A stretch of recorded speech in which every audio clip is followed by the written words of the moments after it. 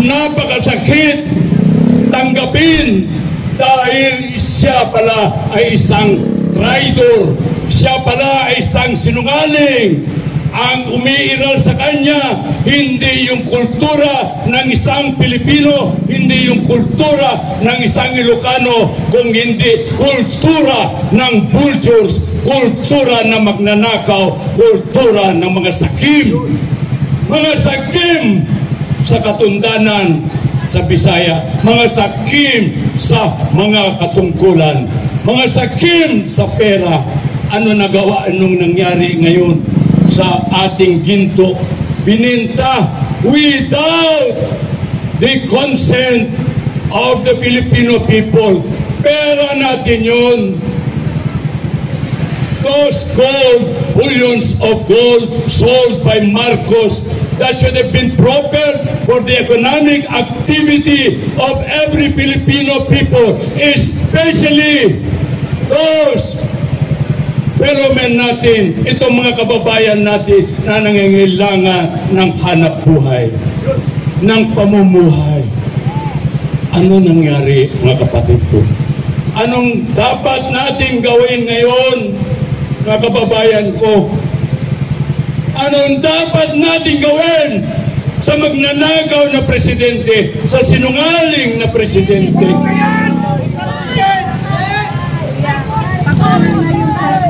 Kung sabi ni Mang Javid Singson, storage mo, ma'am, nakalimutan niya siya sa lahat ng tulong ni Javid Singson sa kanya. Hindi, so may sakit siya na tawag ni mo kalimutin. Ang sakit niya,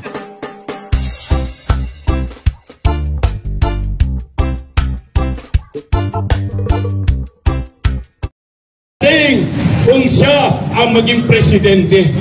So balit, ano nangyari, mga kababayan ko? Napakasakit tanggapin dahil siya pala ay isang traitor, siya pala ay isang sinungaling.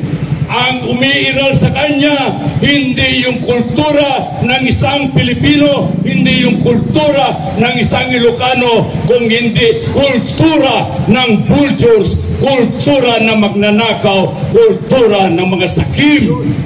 Mga sakim sa katundanan sa Bisaya, mga sakim sa mga katungkulan, mga sakim sa pera. Ano nagawa, anong nangyari ngayon sa ating ginto?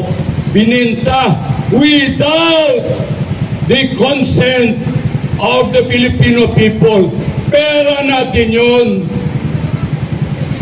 Those gold, billions of gold sold by Marcos, that should have been proper for the economic activity of every Filipino people, especially those fellow men natin, itong mga kababayan natin na nangangailangan ng hanap buhay, ng pamumuhay.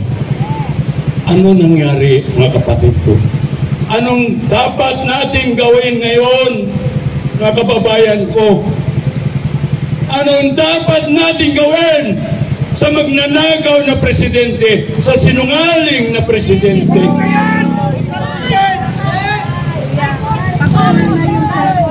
Kung sabi ni Mang Javid Singson, storage mo, ma'am, nakalimutan niya siya sa lahat ng tulong ni Javid Singson sa kanya.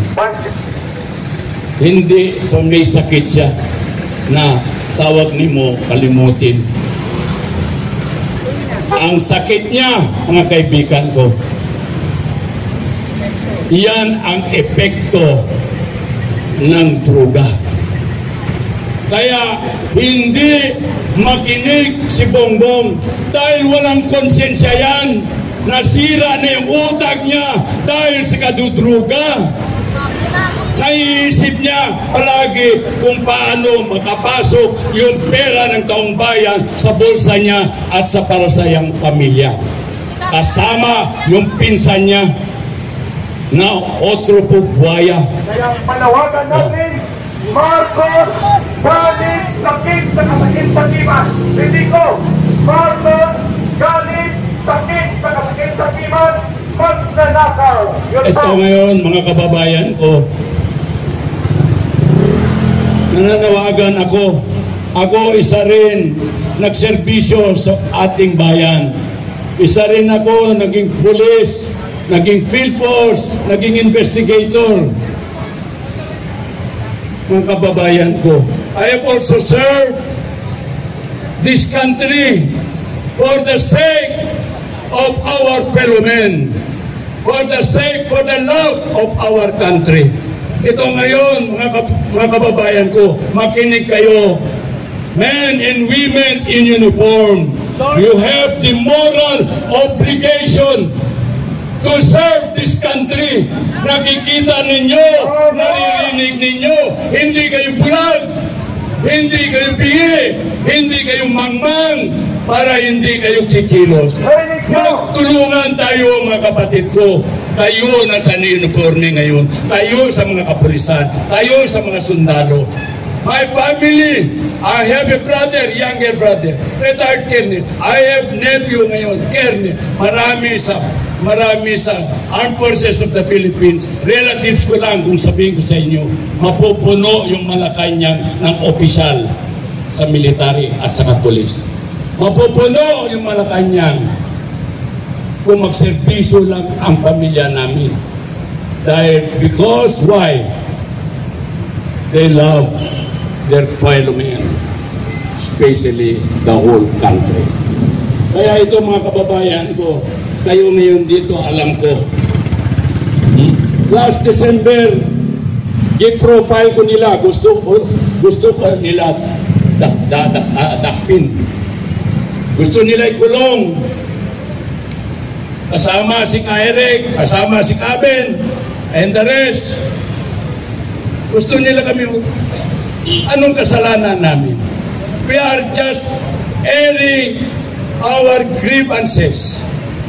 It's a matter of right, a constitutional right na hindi pwede iwala sa akin, mga kababayan. Ito ngayon, si Marcos, he does not know his history. Nakalimot siya. Hindi na niya naisip ang ginawa ng tatay niya noong panahon sa dekadang 1960s, 70s at saka 80s. Nakalimot siya. Ngayon, pati naman yung insertion, hindi niya alam, nakalimot siya. Ano ang alam niya? Dahil he does not know his history. It should have been a great opportunity for him as president of this country to so prove the false accusation or the accusation headed against his father. Now, kasama rin na magnanakaw. It should have been the opportune time to prove that they can defend the dignity of their family, the Marcos family. But ay ano nangyari? Mas ginarabi niya, mas winasak niya ang dignidad.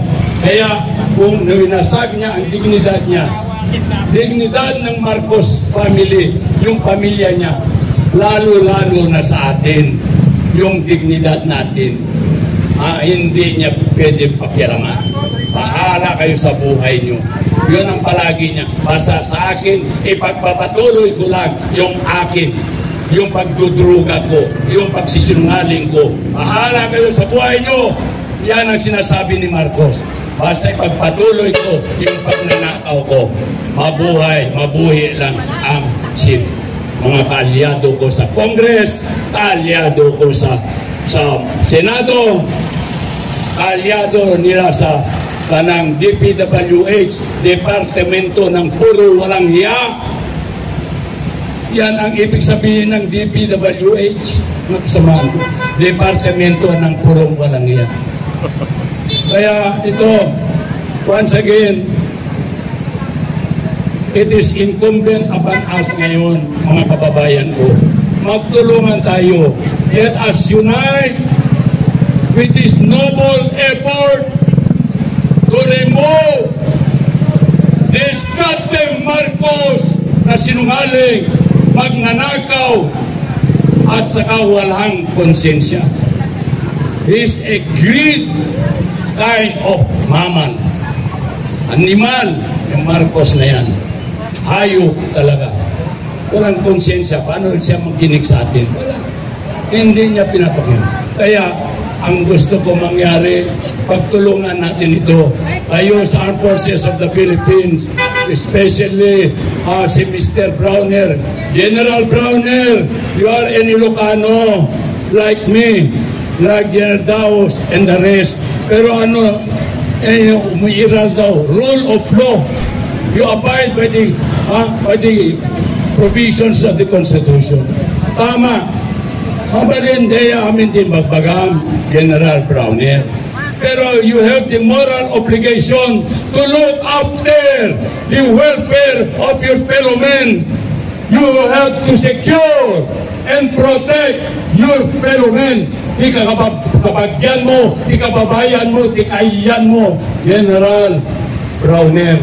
Hindi lang ang para sa kay Marcos. Nag-iisa si Marcos sa dami na naghihirap na paisano mo, na mga Ilocano, mga ating mga Muslim brothers and sisters, mga Kabisayan, lahat ng Pilipino. Ang dami, ninakaw ang kaugmaon, ninakaw nila ang future, binolsa nila ang future ng coming generation. Hindi ba kayong natakot dyan? You have to defend that. So, Mr. Browner, General Browner, you have a moral obligation to help this country be at peace, be prosperous, para hindi tayo makagulo. You can also unite us. We are very willing to sit down with you, General Browner. Ang pasyalan namin, gusto namin na merong katahimikan ang bansa natin. Kawawang-kawawa ng bansa natin. We are already tainted with all the illicit activities of this administration, from corruption down to immorality, down to lahat ng hindi karapat-dapat na mangyari o mapabati sa bawat Pilipino. Kaya Mr. General Browner, dumawdawat ni Pang-asim, Apo, kasyam, ikabagyam, kasyam, yamin, na kakapsat mo nga Pilipino. You in the police force also, please help us elevate the dignity of every Filipino living in this country. Pinulsa na nila yung pera, pati yung future ng darating na generation mo, Mr. Browner, General Browner. Kaya huwag kang maging selective kung gusto mo na tumulong. Tulungan mo yung nakakarami, yung nakakaramdam, yung naghihirap na mga kababayan mo. So, mga kababayan ko, again, maraming salamat na nakita naman tayo ulit. Last September, I was here. Last November 27, December 3, I was here. Last February, I was here, coming from Mindanao. So we can share these grievances. We can share this moment of grief laban sa korupsyon, laban sa katiwalian sa ating panggobyerno. We will go nowhere, mga kapatid ko, kung hindi tayo magtutulungan.